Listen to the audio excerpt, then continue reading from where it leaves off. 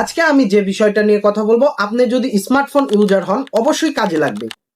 Video, audio এবং আপনার যদি ছবি হিডেন করে রাখতে হয় তাহলে কিন্তু কোনো অ্যাপসের প্রয়োজন নেই আর। হাতে থাকা ফোনের ফিচার্স থেকেই আপনি কিন্তু এই সেটিংটা করে রাখতে পারেন। আপনার কেউ ছবি, ভিডিও, অডিও খুঁজে পাবে না এবং যে কোনো ফাইল খুঁজে পাওয়া অসম্ভব।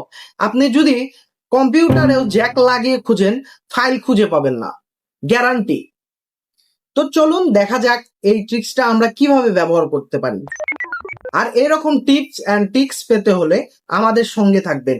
চ্যানেলটি অবশ্যই সাবস্ক্রাইব করে রাখবেন, আর যারা ফেসবুক পেজ থেকে দেখছেন অবশ্যই ফলো করে রাখবেন।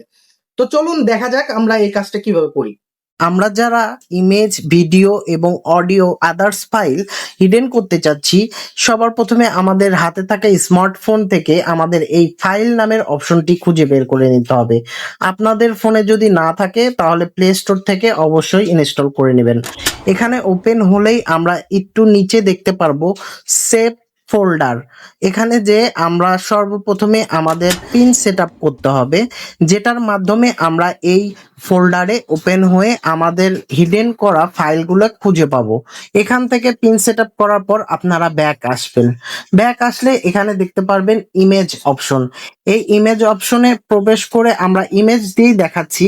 ইমেজ অপশনে প্রবেশ করার পর আপনারা মার্ক করে নেবেন যে ছবিগুলো আপনারা হিডেনে রাখতে চান। আপনারা চাইলে ভিডিও, অডিও সব ফাইল কিন্তু এখান থেকে হিডেন করতে পারবেন। তো আপনারা ডান দিকে উপরে 3 ডট মেনু একটা অপশন পাচ্ছেন। এখানে দেখুন লেখা আছে মুভ টু সেভ ফোল্ডার।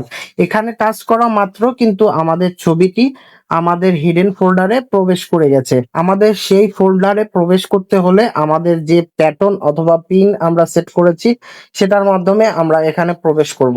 তাহলে আমাদের হিডেন ফাইলটা আমাদের সামনে চলে আসবে। আপনারা দেখতেই পাচ্ছেন যথারীতি ফোল্ডারে প্রবেশ করে গেছে। ধন্যবাদ এতক্ষণ আমার সঙ্গে থাকার জন্য।